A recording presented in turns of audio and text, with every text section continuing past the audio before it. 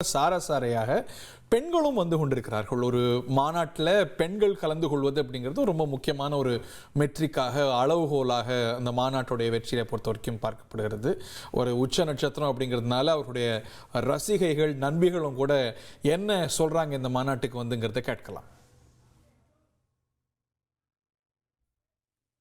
100% பக்கா மதுரைக்காரியா இந்த இடத்துல நின்று பேசுறேன்.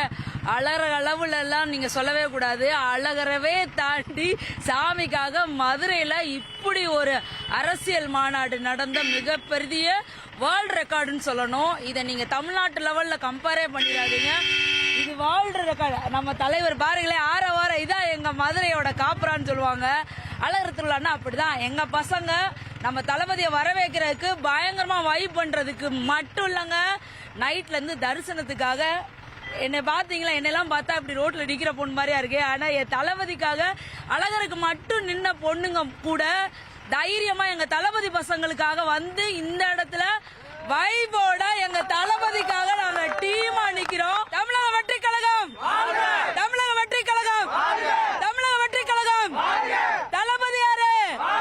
தளபதி யாரு? தலைவா விஜய், தலைவா விஜய்.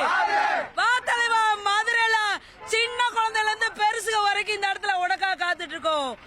மக்களை வெயிட் அண்ட் வாட்ச். தலைவர் மட்டும்தான் மாசு.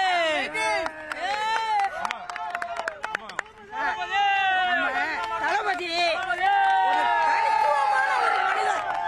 இன்னைக்கு வந்து அவர் வந்து துணிச்சலோடையும் தன்னம்பிக்கையோடையும் நம்ம தமிழ்நாட்டு மக்களை பாதுகாக்கிறதுக்கு ஒரு யாருக்கும் பயம் விடாம ஒரு துணிச்சலோட வந்து தனியா நின்று இன்னைக்கு நம்ம தமிழ்நாட்டை காக்கிறதுக்கு வருகிற 26ஆவதுல நம்ம தலைவன் தளபதி தான் முதலமைச்சர் என்று கூறி விடைபெறுகிறேன்.